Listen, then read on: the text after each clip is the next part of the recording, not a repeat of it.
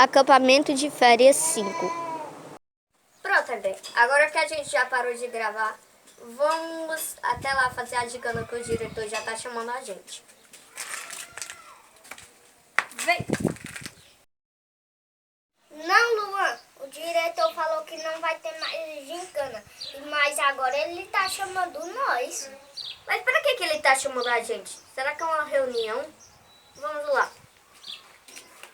Eu vou lá ver se ele tá procurando a gente, porque vai ser ele não tá. Então, tchau. Espera, Luan! O que foi, diretor, que você chamou a gente? Tá na hora da gincana da bola. Mas como é essa gincana? É assim, quem chegar aqui primeiro ganha um ponto.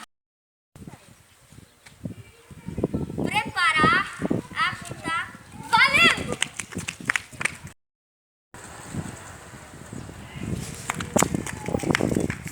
Cheguei! Ganha um ponto. Agora é a vez do Luan.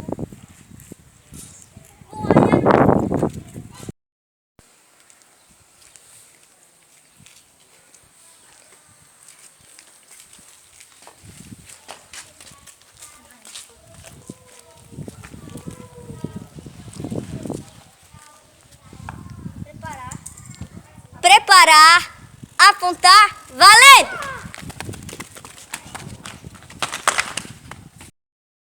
Haha, meu time tem um ponto. Preparar, apontar, valendo! Vai, Samuel! Vai, Samuel! Agora tá na hora da verdade. Vamos ver qual é o time que vai ganhar. Com certeza é meu time. A equipe com a melhor música foi...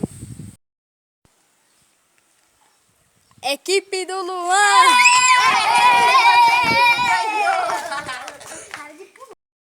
Eu não acredito que essa equipe idiota venceu.